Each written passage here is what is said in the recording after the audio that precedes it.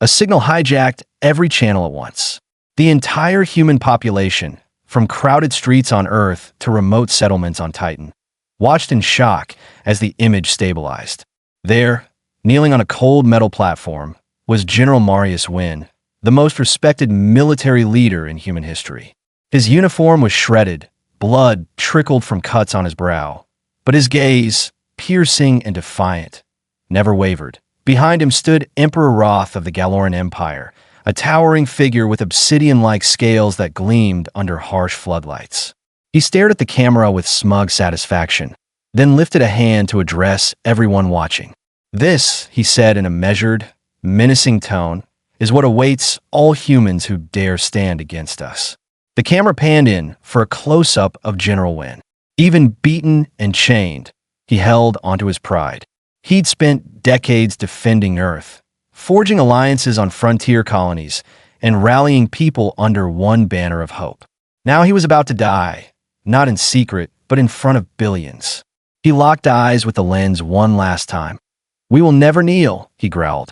"And you, Emperor, will regret this." Roth's lip curled into a dangerous sneer. He gave a nod to his guards, who activated a device beneath Wynn's platform. Flames roared to life, engulfing the general in a hungry blaze. Anyone else would have screamed, but Wynn refused. Instead, he kept glaring, sending a final, silent message to the entire human race. Around Earth and its colonies, millions watched in horror. Families trembled at the sight, politicians froze, and soldiers clenched their jaws in helpless rage. The broadcast ended as abruptly as it had begun, leaving nothing but a black screen and the echo of Wynn's defiance. President Sarna Gray of Earth's Federation had witnessed it from a secure bunker in New Dresden. She stood rooted in front of a massive display, fists shaking with anger. She could still see Wynn's eyes in her mind, refusing to break even as flames devoured him. At her side, Admiral Kira Swift, the head of Earth's interplanetary navy, took a sharp breath. "They wanted to scare us," Swift said in a tight voice. "But they just gave us the best reason to fight." The president's eyes glimmered with cold determination. "We will show the Galorin Empire that humans do not fold. Ready every battle group we have. No more waiting." Across the solar system, news spread in minutes. On a hidden lunar outpost, Captain John Wynn, Marius Wynn's only son, stood in the center of a small command chamber. The last image of his father burning alive replayed on every surface. Fellow officers gathered around him, silent and uneasy. John switched off the screen and faced them with clenched fists. "They wanted us broken," he said, voice trembling with both grief and fury. "They wanted us to see our greatest champion destroyed. Well, my father's death wasn't an ending, it was a warning. We either strike back now or watch the Empire crush every colony we have." Lieutenant Mila Reyes, John's second-in-command, lifted her chin. "What are your orders, Captain?" He exhaled, forcing composure into every syllable. "We mobilize our best ships, rally every soldier, and push into Galorin space. This is not a rescue, it's retribution." Within hours, warships departed from Luna, Mars, and Earth's orbiting stations. As they formed up, the Earth fleet shimmered like a metallic tide in the darkness, each vessel bristling with newly developed weapons: railguns, plasma arrays, advanced torpedoes. Morale was at a boiling point. They had one thought: repay the Empire for what it did to General Wynn. Meanwhile, on Galorin Prime, Emperor Roth oversaw his palace from a massive balcony. A thick, alien skyline sprawled below him. Brutalist architecture, all designed to intimidate and control. The air smelled of ozone and molten steel from the planet's foundries. His top generals stood at attention, waiting for orders. "They've seen their beloved general perish," Roth snarled. "They will either yield or burn with him." His war minister, a hunched figure with scaled features, offered a cautious nod.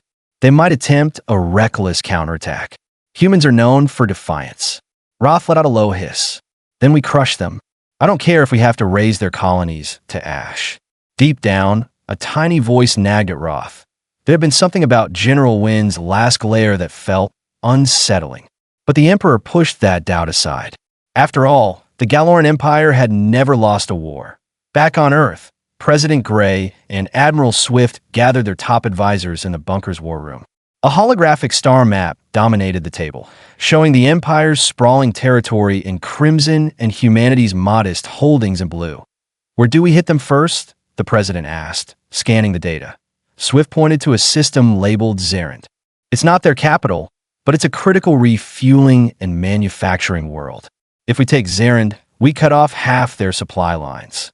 The president gave a firm nod. "Prepare the jump. Let's show them they picked the wrong species to intimidate." Word spread to Captain John Wynn's fleet, which was already in position. He had a personal stake in this more than anyone else. He didn't just want a strategic victory. He wanted to destroy the Empire's myth of invincibility.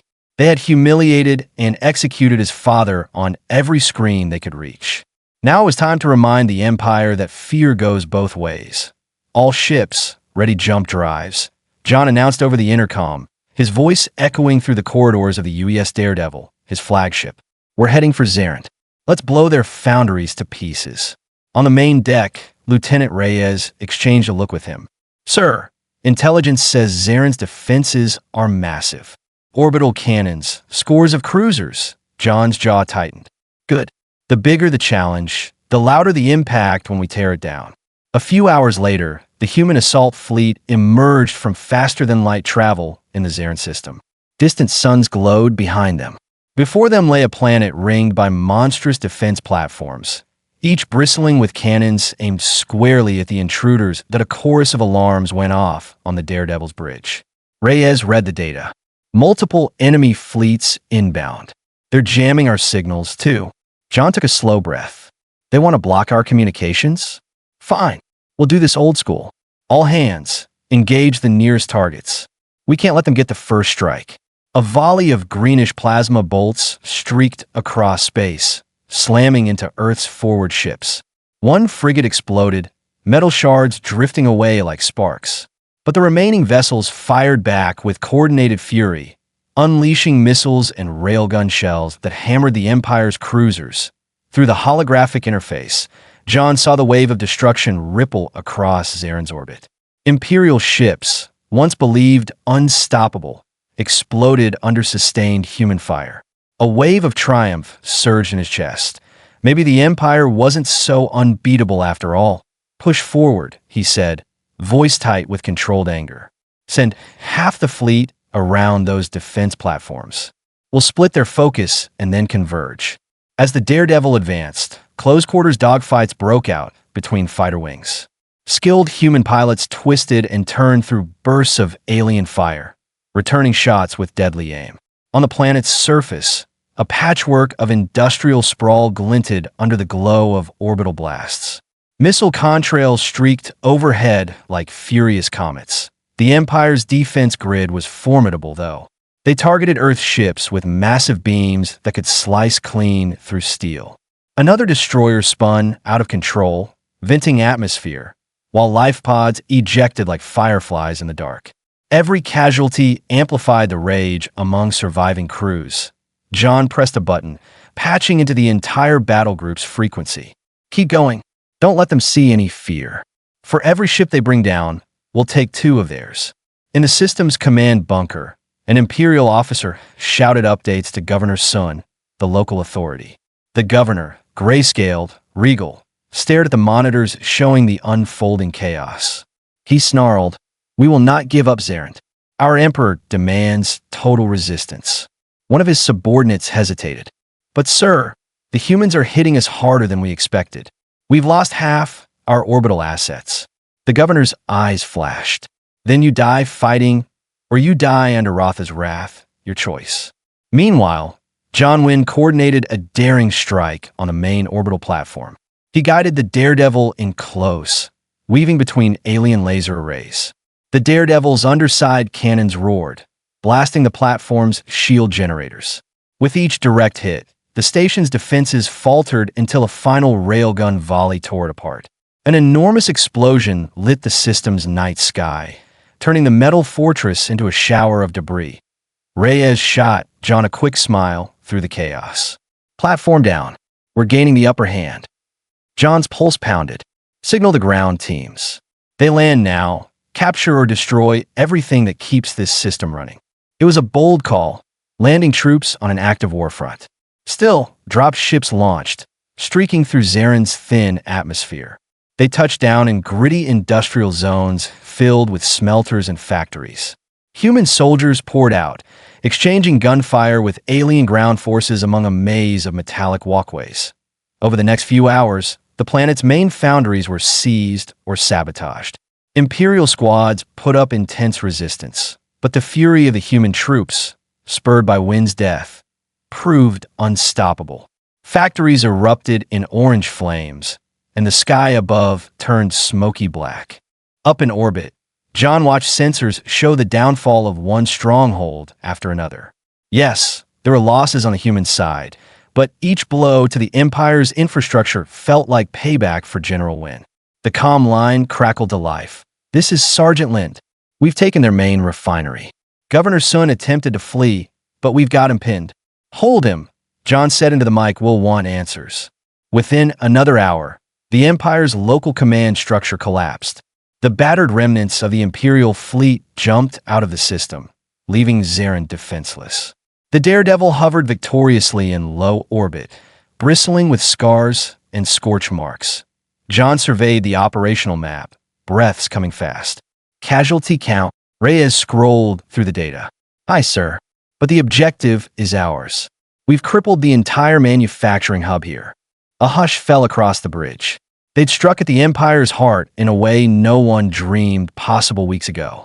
John felt a surge of conflicting emotions: triumph, sorrow for the lives lost, and an even deeper hatred for Emperor Roth. He knew that somewhere on Galorin Prime, Roth was furious. Good, he thought. Let him rage. For a brief moment, he closed his eyes, remembering his father's final defiant glare. "This is for you, Dad," he whispered. That a wave of cheers erupted across the fleet. Communication lines finally opened to the rest of humanity. Admiral Swift's voice boomed through the speakers. "We heard about your victory, Captain Wynn. The entire Federation is celebrating." Yet John could only manage a weary exhale. Zaren was just one system. "We have so many to go." She seemed to sense his intensity. "Then we keep going." While Earth's forces regrouped around Zaren, Emperor Roth on Galorin Prime fumed at the news. Advisors cowered as he smashed a heavy clawed fist onto a stone table, sending fragments flying. "Impossible.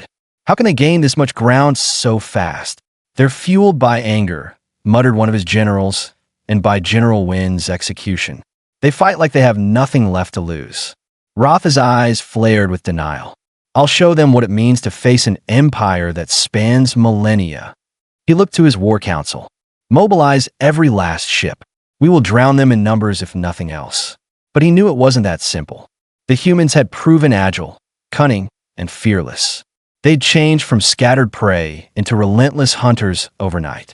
Even if he unleashed the Empire's full might, there was the terrible chance that it wouldn't be enough. Weeks turned into months as the war spread. Humanity's fleets pressed into Galorin territory, shattering defenses in system after system. Captain John Wynn became a legend, leading bold assaults, capturing strategic points, and refusing to back down even when outnumbered. Soldiers painted his father's name on their armor, a silent promise that General Marius Wynn's memory would never be forgotten. Yet the fighting took a toll. Each victory cost thousands of lives. The battered ships needed constant repairs. The nights in the bunks were filled with nightmares of friends lost to vacuum and flame. Some questioned if the price was too high, but the burning image of Marius Wynn's last stand still hung over them. Nobody dared speak of surrender. Finally came the day President Gray called Operation Dawn. The plan was simple: strike Galorin Prime itself. If Roth's seat of power fell, the war would effectively end. It was an all-or-nothing gamble. The human fleet would be out in the open with minimal fallback options. But confidence soared. They'd come too far to turn back. John Wynn stood on the Daredevil's bridge once more, scanning the swirling lines of the final jump coordinates. His reflection in the glass revealed tired eyes and an unshaven chin, but his posture was unyielding. He whispered one last push. The combined might of Earth's armada jumped in. Galorin Prime was a fortress ringed with satellites and capital ships bristling with advanced weaponry. The Empire threw everything it had into the confrontation. Yet humanity refused to break. The fight's apex. Emperor Roth himself deployed on his flagship, the Obsidian Crown, to lead a desperate counter. Planetary batteries lit the void with eerie green beams, slicing through hulls. Ships exploded in fiery bursts on both sides. Still, humans punched a hole in the defenses, using unstoppable momentum built on months of fury. John targeted the Obsidian Crown. "Aim all weapons at that monster," he told Reyes, his throat tight. "We bring it down, we bring Roth down." The Daredevil's cannons roared, joined by half a dozen allied cruisers. Roth's vessel trembled as explosions chewed through its outer hull. John, never one for half measures, commanded every available missile to lock onto that single ship. Just as Roth's main gun started to fire, a wave of Earth's torpedoes impacted in a chain reaction. The Obsidian Crown cracked wide open, spewing molten metal and oxygen that a massive shockwave rippled outward, forcing the Daredevil to bank hard. Debris swirled like confetti around them. The Emperor's flagship was no more. In the chaos, transmissions from Imperial officers screamed confusion. Without Roth, the chain of command crumbled. Within minutes, the once mighty Galorin fleets retreated, jumping into hyperspace to avoid total annihilation. That a hush fell across the battered human warships. They watched the shattered remains of the Obsidian Crown flicker in the light of Galorin Prime's sun. John released a breath he'd been holding for months. He sank into his seat, sweat beading on his brow. They'd done it. They'd toppled the empire that had murdered his father on live broadcast. Even from orbit, he could see the planet's surface scarred by war. Entire districts were in flames. Yet the heavy sense of relief was impossible to ignore. Emperor Roth was gone. The Empire's leadership was broken. Captain Wynn, Admiral Swift's voice crackled through the Daredevil's comms. "The Empire is done. It's over." He gazed out at the chaos, mind spinning with a mix of triumph and sorrow. "We won," he whispered. "But at what cost?" Ships that had fought so valiantly were now wrecked or barely holding together. Thousands of soldiers would never return. Civilians on both sides were left picking through ruins. John thought of his father one more time. Would Marius Wynn be proud of what they'd done? Perhaps. The Empire had forced this war on them, after all. But deep down, John knew his father might have mourned the massive loss of life, even for an enemy. Still, the Empire had asked for it. They set General Wynn on fire for the galaxy to see. The galaxy had watched Earth burn with pain, and then watched Earth unleash a storm in return. Slowly, the Daredevil and the rest of the fleet began rescue and cleanup efforts around Galorin Prime. Whatever was left of Imperial command surrendered quietly. When news of the Emperor's death reached the other alien strongholds, they too lowered arms. Within a short span, the entire Empire, so mighty just months ago, crumbled under the weight of a single act of cruelty. When the last embers of battle cooled, John walked onto the Daredevil's observation deck alone. Stars sparkled above, indifferent to the struggles of mortals. He closed his eyes, heart heavy. He could almost hear his father's steady voice telling him it was finally done. There was no cheering crowd in that quiet space. No drums or parades. War is rarely that neat. Just a soldier standing in a half-light, reflecting on the price that had been paid. The Empire lay defeated, and he had found a measure of justice for his father, for Earth, for the colonies. But it was wrapped in devastation, and yet, amid the grief and exhaustion, there was a glimmer of hope. People across human space could finally breathe, relieved that no more monstrous broadcasts would hijack their screens. They could rebuild their homes, comfort their families, and honor those who fell. John Wynn stayed on that deck, staring at the galaxy for a long time. Maybe now, he thought, humanity could find a path to peace, or at least something resembling it. His father's last moments would always haunt him, but the message he delivered, the humans do not surrender, had blazed a path through the stars. And in the end, that fire consumed the very empire that started all.